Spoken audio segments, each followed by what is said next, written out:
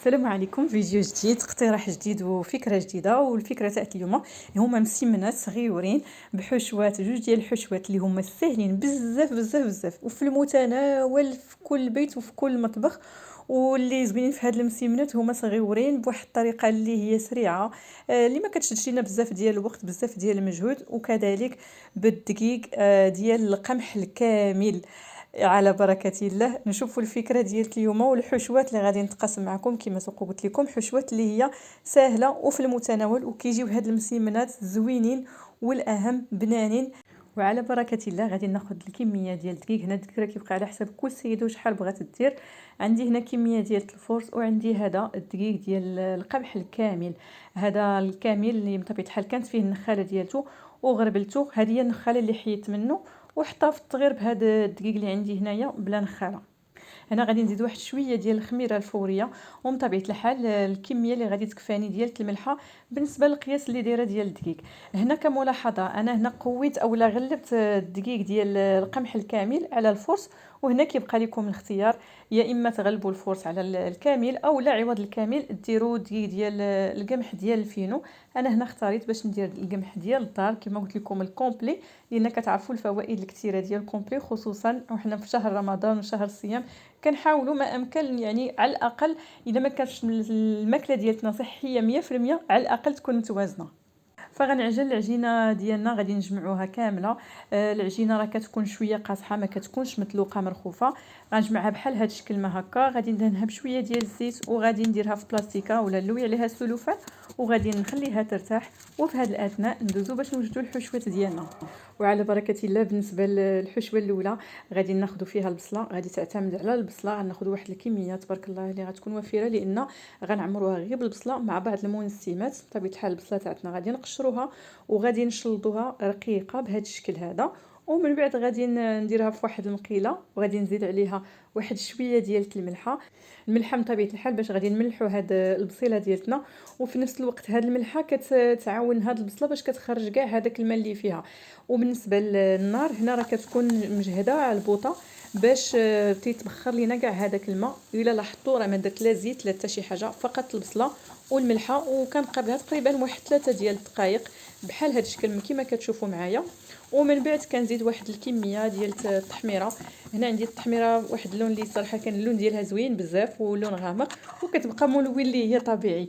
بالنسبه للتنسيمه اللي غادي نزيدوا لهاد البصله، خديت واحد الكميه ديال الزعتر اللي طحنته من قبل، وهذا غادي نضيف واحد الكميه اللي غادي تكون وفيره جدا. هنايا الزعتر كيجيب واحد الشكل زوين بزاف في المذاق، مع كيتواتى بزاف مع هاد البصله هذه. كنزيدوا الزعتر ديالنا بحال ما هكذا. وهذه الحشوه باش غادي نعمروا المسمنات ديالنا ان شاء الله. غادي نخليو هاد الحشوه بحال ما هكذا على جنب، وغادي ندوزو باش نشوفوا الحشوه الثانيه، واللي هي غادي تكون من الزيتون كحل.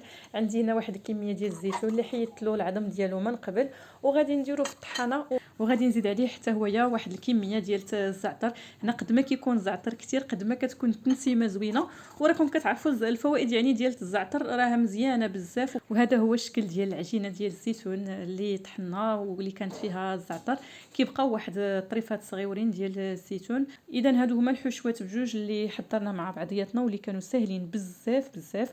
ودابا غادي ندوزو باش نشوفوا العجينه تاعتنا، وغادي نشوفوا كيفاش غادي نشكلوا هاد المسيمنات، يعني بالطريقه اللي قلت لكم اللي هي سهله وما كتشدش لينا وقت بزاف، يعني كنشكلوهم في مره واحده. بسم الله. هي العجينه ديالتنا من بعد ما خلينا حتى ارتاحت، فكتلاحظوا يعني هنايا راها ترخات، وحتى هذيك البلاستيكه كتزيد كترخيها يعني كتكون مدلوكه مزيان مزيان. غادي نشكل منها واحد الكرات اللي غادي يكونوا كبار من الحجم المعتاد اللي كنشكلوا به المسمنات ديالنا. علاش؟ حيت هنا غادي نصاوب مسمن في دفعه واحده.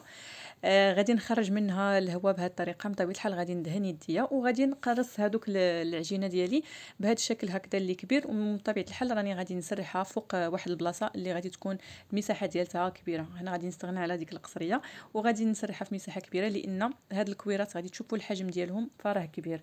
غادي نديرهم في هذا الاناء بطبيعه الحال. من بعد ما غادي حتى هو ندهنوا بشويه ديال الزيت باش ما تلصقش ليا ديك العجينه فيه.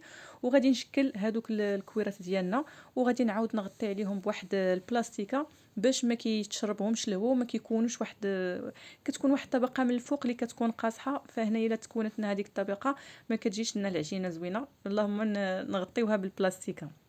واللي بقى لينا من العجينه حتى هي غادي هذه اللي بقات عندنا حتى هي غادي نجمعوها في بلاستيكه باش ما تطلعش كيف قلت لكم هذيك القشره. هنا عندي واحد الكميه ديال الدقيق الكامل مع واحد المعلقه ديال النشا الا توفرت مع واحد الخماره حمراء. غادي نخلطوا هاد العناصر كلها هي فيما بيناتها، وهي باش غادي نورقوا المسمن ديالنا بطبيعه الحال مع واحد الكميه ديال زيت الروميه اللي حتى هي درتها في واحد الزليفه وجدتها من قبل. يلا بسم الله على بركه الله غادي نبداو التورق ديال المسمنات ديالنا. هنا في سطح العمل من طبيعه الحال خديت، المهم تكون عندكم شي بلاصه كبيره، لان كيف ما شفتوا هاد الكريسات اللي درنا فراهم كانوا كبارين. كنورقوهم بشكل عادي باش كنورقوا المسمن ديالنا. غادي نحاول نبسطهم هكذا في هاد البلاصه هذه بالمساعده ديال هذاك الزيت اللي عندنا. هنا للاشاره راه درنا الدقيق الكامل اللي غربلته من النخاله.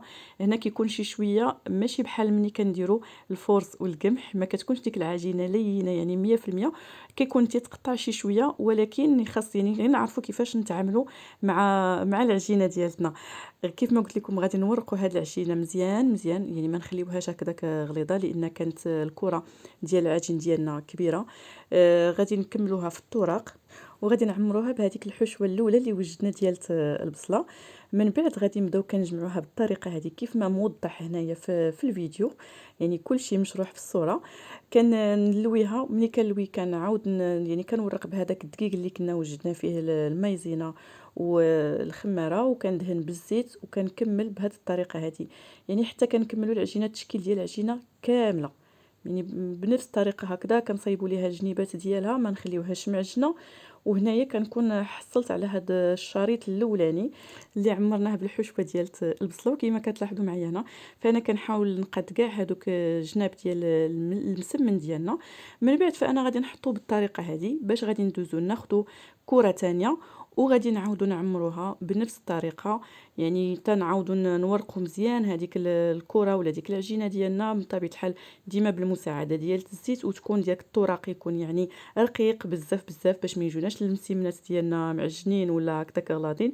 بالعكس باش ما كيكون الطرق رقيق بزاف باش ما كيكون المسمن ديالنا زوين. وحتى هذاك الدقيق اللي كنا وجدنا مع المايزينا والخميره حتى هو كيساعد باش كيجيو المسمنات ديالنا مورقين، وهكاك دوك الطيات ولا دوك التنيات ديالهم تيجيو باينين معزولين وحتى العمره كتجي فيهم مزيانه. هاد العجينه الثانيه فانا بغيت نعمرها معكم بالزيتون باش هكذا ما يجيكمش الفيديو طويل. بنفس الطريقه كذلك حتى كنحصلوا على هذا الشريط اللي طويل كي بحال ما هكا، وغادي نحطوها في جنب الشريط الاول اللي كنا عمرناه بالبصله.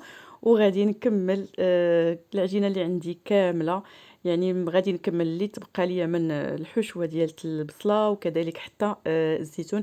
فانا هنا حاولت نختصر لكم كيف ما قلت لكم باش ما يجيكمش الفيديو طويل، وكنظن ان الشرح واضح ومفهوم يعني من خلال الفيديو ولا الصور اللي كتشوفوا. وغير اللي كنأكد عليه هو في التوراق رانا كنديروا الدقيق اللي حضرناه مع الزيت ضروري.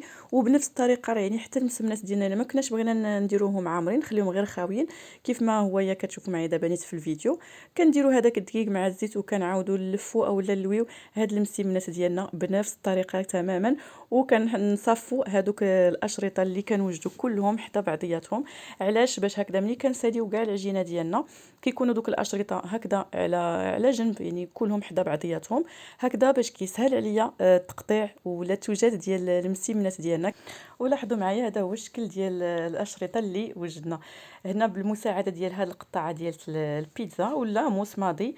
غادي نبدا كنقطع هاد المسمنات ديالنا بهذا الشكل هكذا. فكما كتلاحظوا كنقطعهم في مره واحده كيجيو زوينين بنفس الحجم تقريبا، وبطريقه اللي هي سريعه ما كتاخذش مني مجهود ووقت كتير. من بعد ما كنقطعهم بهذه الطريقه هذه انا بطبيعه الحال راني رديت المقله الثقيله ديالنا ولا المقله الوجديه راها كتسخن، وغادي نبدا كنهز في المسمنات ديالنا.